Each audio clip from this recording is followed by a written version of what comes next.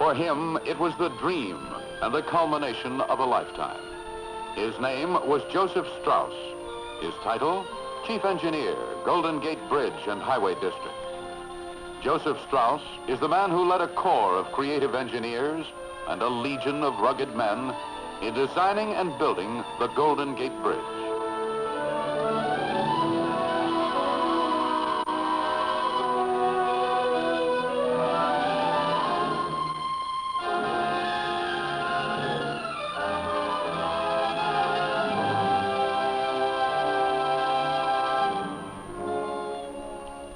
Few people remember today, but for 15 years before the steel was formed for the Golden Gate Bridge, it was regarded by many as the bridge that could not be built.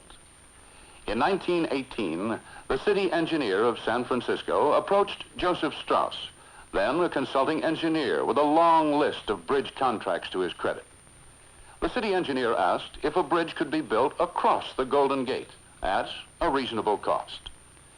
After 3 years of study, Strauss replied that it could for $27 million. This was in 1921. Such a bridge was an obvious need. San Francisco Bay formed a 50-mile-long barrier to highway traffic in the San Francisco area. And the entrance from the sea, known as the Golden Gate, separated the growing city on the south from the lightly populated and excellent recreation areas of Marin County. While a bridge was an obvious need, it was not an obvious possibility. The challenge was not to bridge a river or a valley, but an arm of the ocean. The proposed bridge was this one, impressive in its simplicity, modern in its concept. The center span from tower to tower would be 4,200 feet long, the longest ever attempted in that time. The side spans would each be 1,125 feet long. The roadway would be some 250 feet above the choppy waters of the bay. That was how matters stood in 1921. 11 years of stormy controversy followed. The opponents raised many objections. Some said the bridge couldn't possibly be built. Other critics said the bridge would cost an exorbitant sum, almost $100 million. And to a city that remembered a disastrous earthquake, there was an ominous note. The bridge would be only a few miles from the San Andreas Fault. The battle was fought vigorously in the courts and in the newspaper columns. But the dreamers and the builders won out. Construction began officially on January 5th, 1933. The film you're about to see is old, but these flickering scenes still portray the story of building this great bridge. In the fabricating shops of the Bethlehem Steel Company at Pottstown and Steelton, Pennsylvania, the fabrication work begins. Bethlehem, the major contractor, will build the steel towers and suspended span of the bridge.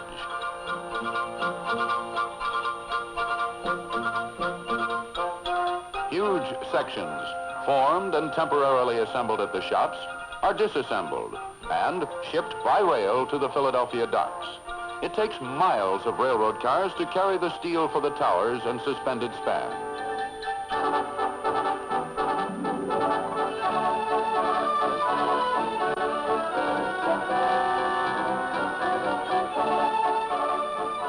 At Philadelphia, the sections are loaded aboard ships of Bethlehem's Kalmar line for the long trip to San Francisco by way of the Panama Canal.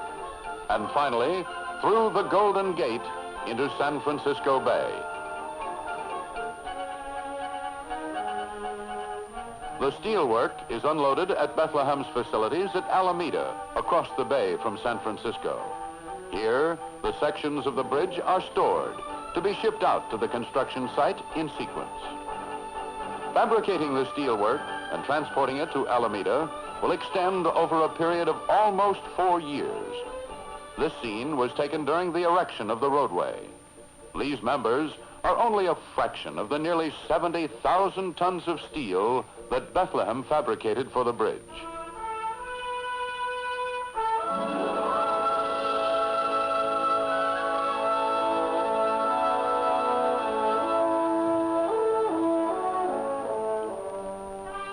At the Golden Gate, construction begins with the Marin Pier, which is built on bedrock on the north shore, the work being protected by a sheet piling cofferdam.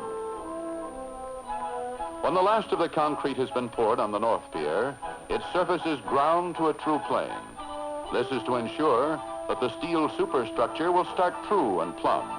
The surface is made plain to within less than 1/32 of an inch.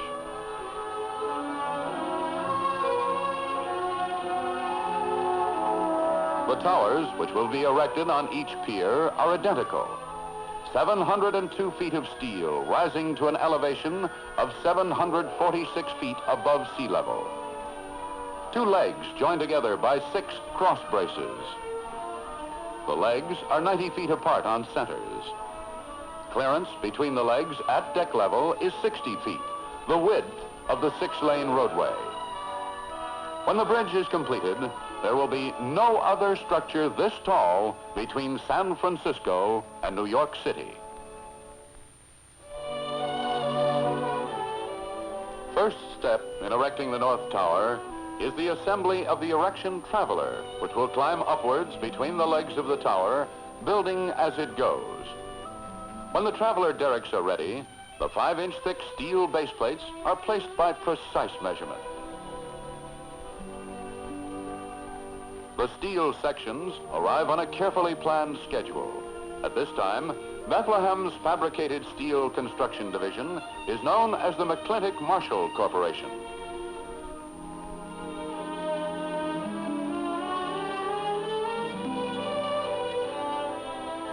Moving the steel from storage at Alameda to the bridge site is a sizable effort in logistics. The distance is 5 miles across the open water of the bay.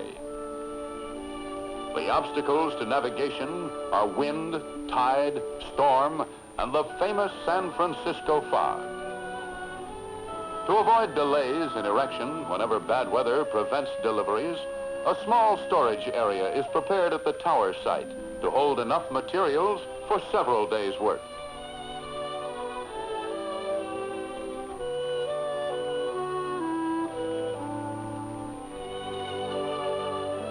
The lowermost sections of the tower are anchored to vertical steel angles, which have their roots 53 feet below the surface of the pier.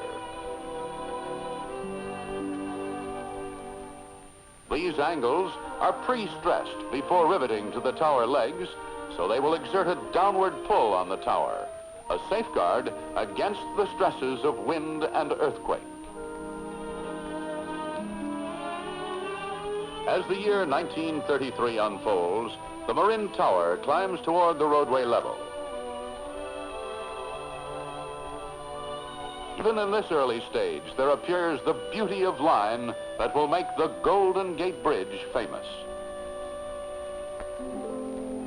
As the erection traveler raises itself on the lower tower sections, its spider-like shape stands out against the water. Each of its 2 electric-powered stiff-leg derricks is rated at 85 tons, about the weight of the heaviest tower section. The booms are 90 feet long. Once the traveler clears the pier by a sufficient margin, the workmen begin erection of the first diagonal brace. And so the technique of building the tower proves its workability. As the tower progresses upward, the traveler erects the tower legs, then raises itself and builds the braces behind it. Each time the traveler is raised, its weight must first be shifted to catheads placed atop the tower legs. Then the 4 plungers which support the traveler are withdrawn from reinforced slots in the tower legs.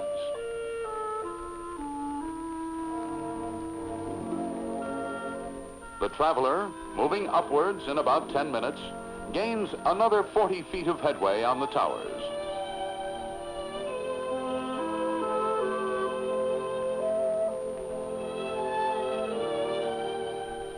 One red-hot rivet coming up, special delivery to men working by the light of miners' lamps inside the tower. The riveters work on double platform scaffolding, driving simultaneously on several levels.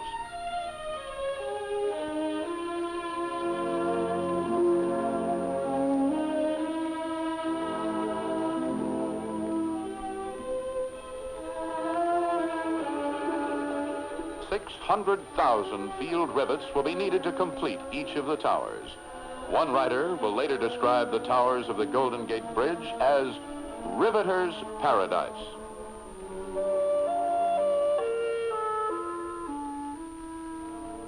And so the work continues, and a new form rises against the sky in the beautiful Bay Area, a form which fits well in a land of massive hills and spans of water, but which dwarfs the men who are building it. In time, the only practical way up and down this open skyscraper is by elevator, and it's a sensational ride.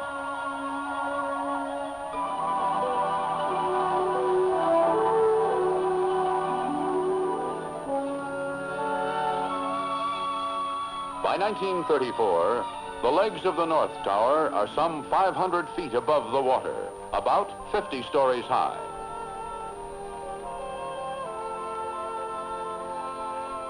From bottom to top, the cellular principle of construction remains the same. Plates of steel riveted to angles, forming a beehive of cells.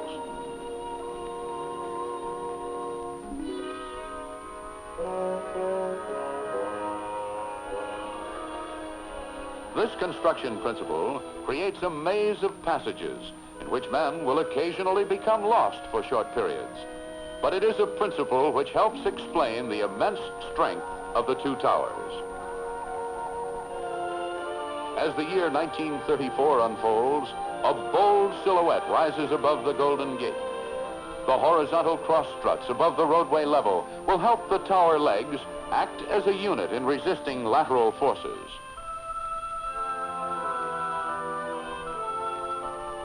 For the top of each tower leg, there is a massive cable saddle cast at Bethlehem, Pennsylvania. Each saddle is a three-piece steel casting. They are mounted on rollers to allow movement during erection of the span. Later, they will be fixed in position. Placing the cable saddles in November 1934 essentially completes the North Tower.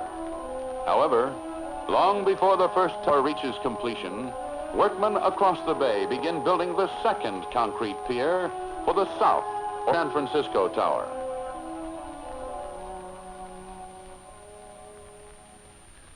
The San Francisco Pier and fender wall were built 1,125 feet offshore in 100 feet of rushing tidewater, silencing the critics who regarded this as the Achilles heel of the bridge.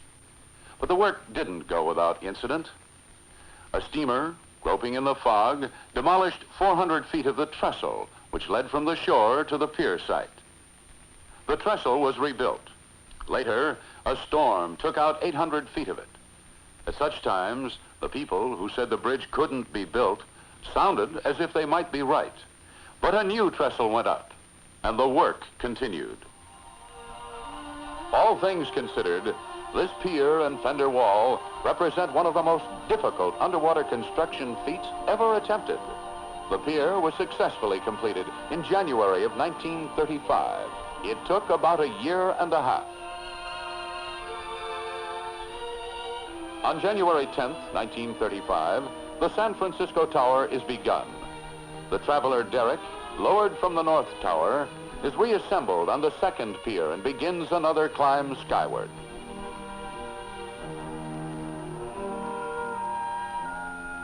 As the tower progresses upward, Kalmar Line ships continue their deliveries of fabricated steelwork to Alameda. The pattern of erecting the San Francisco Tower is the same as that used in building the Marin Tower.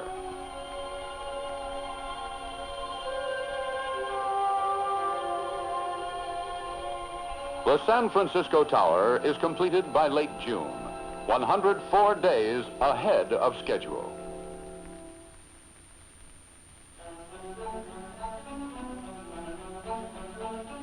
On November 11th, 1935, the task of spinning the two great cables is begun. From then on, the Golden Gate is steadily bridged, wire by wire. The workmen of the cable contractor stitch the north and south shores together with 80,000 miles of wire. Each wire measures just under 1/5 of an inch in diameter, slightly smaller than a lead pencil. Spinning carriages shuttle from anchorage to midspan, playing out as many as 6 wires on each trip.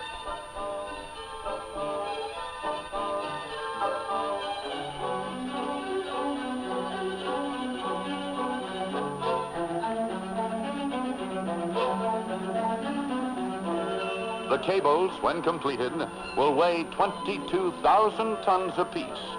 It's interesting to note that each cable weighs approximately as much as each tower.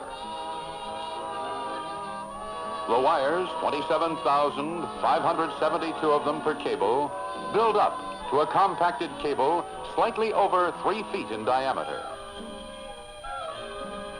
Later, as the roadway takes shape, the cables will be wrapped with galvanized wire and painted to protect them against the elements.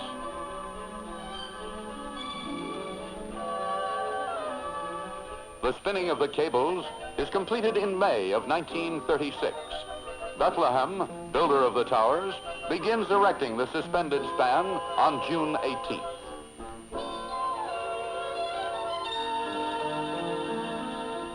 The engineering problems in erecting the roadway were challenging. The main span was the longest ever attempted, 4,200 feet from tower to tower, with side spans of 1,125 feet. As every engineer knows, there was the delicate problem of making sure that the 2 sections of roadway moving out from each tower would meet at the center within exacting tolerances. The entire span would be constructed from elementary structural forms. The stiffening truss panels would consist of top and bottom chords, diagonals, and verticals. The verticals are spaced at 25-foot intervals. Suspender strands occur at every other vertical. The truss measures 28 feet deep. The roadway floor beams are 8.5 feet deep, 87 feet long, and weigh, on the average, 23 tons each. Generally speaking, the floor beams occur at each vertical in the stiffening trusses. Roadway stringers atop the floor beams carry the 60-foot roadway. Knee braces tie in the floor beams and bottom chords. The summer of 1936 sees the first 3 panels erected by cantilevering each way from the towers. Chicago booms at the roadway level handle the steel for this work. One of the unique features of the job is the emphasis placed on safety. As the roadway moves outward from each tower, a manila rope safety net is introduced. Assembled first at water level, the net and its frame are lifted to position beneath the span.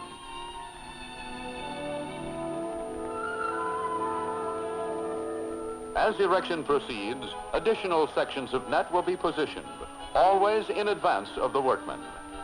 Eventually, the net will extend the entire length of the bridge. Also, the net reaches some 10 feet beyond the width of the span on each side. As erection proceeds, the first 3 panels of roadway are planked over. The steelwork is delivered from Alameda to the base of the towers, then hoisted to this planked over area. From there, the steel members move out on a buggy to the point of construction.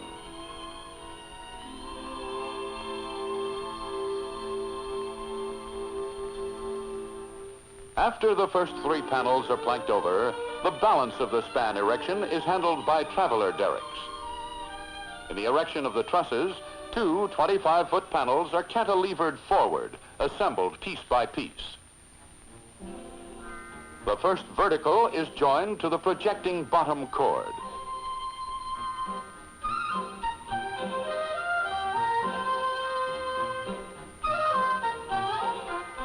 The diagonals are then erected, followed by the top chord.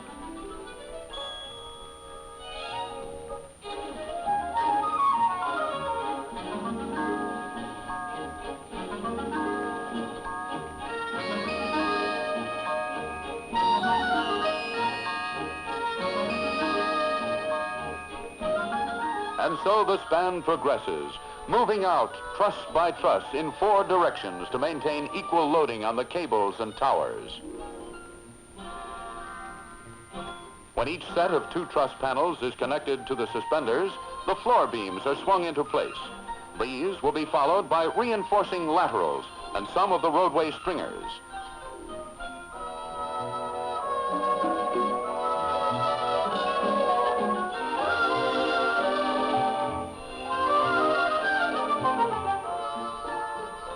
The net proves to be a success. It saves 19 lives. There are many special provisions for the safety of the men during erection. For example, for protection against head injuries, the workmen wear hard hats. And whenever they can work with limited movement, the men use safety belts with tie-off lines.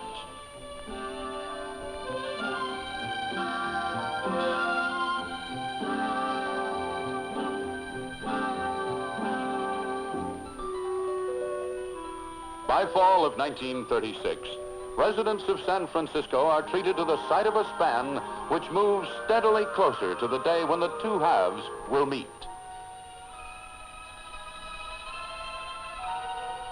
The partial loading of cables and towers gives the span an unnatural curvature. It looks as though the main span will meet at a peak. Bethlehem and the cable contractor work together to control the cable curvature and saddle movements.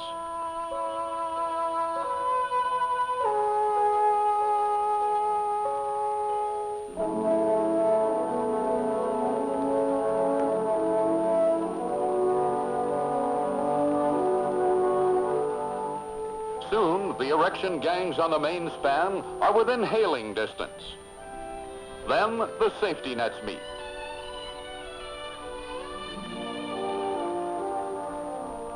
Finally, on November 18th, 1936, the closing members are lowered into place.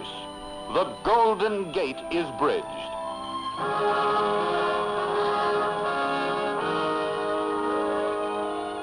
For Chief Engineer Joseph Strauss, and for every engineer who has contributed to the work, this is a day of realization, the type of day which fulfills the life of an engineer, first as a dream, then as a magnificent accomplishment.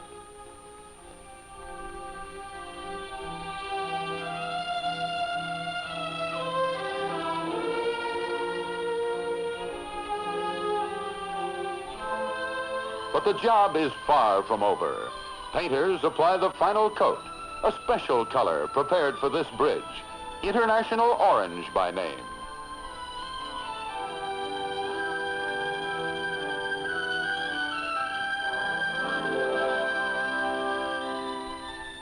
The buggies bring out fabricated sections for the sidewalks and railings. These items, and the balance of the roadway stringers, are erected as the traveler derricks work their way back to the towers. Bethlehem Steel's role in building the bridge is coming to an end, a role that involved the fabrication and erection of close to 70,000 tons of steelwork. When the derricks and other structural tools are removed, the paving contractor installs and welds the reinforcing steel for the concrete roadway. This web of steel will transmit traffic loads to the stringers.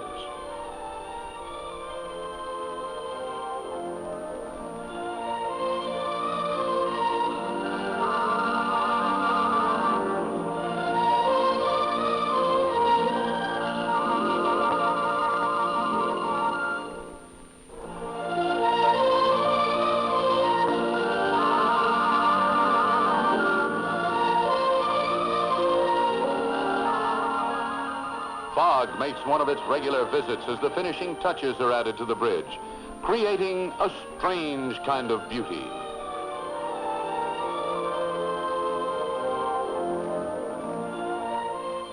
And so, the work is completed. The bridge that pessimists said could not be built has been built.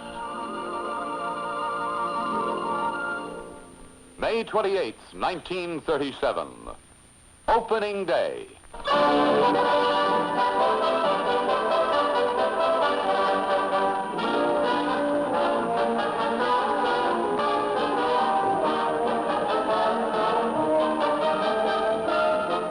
newspaper accounts vary on the amount of celebrating done by San Francisco. Some say 4 days, some say a week. It was a celebration worthy of the bridge.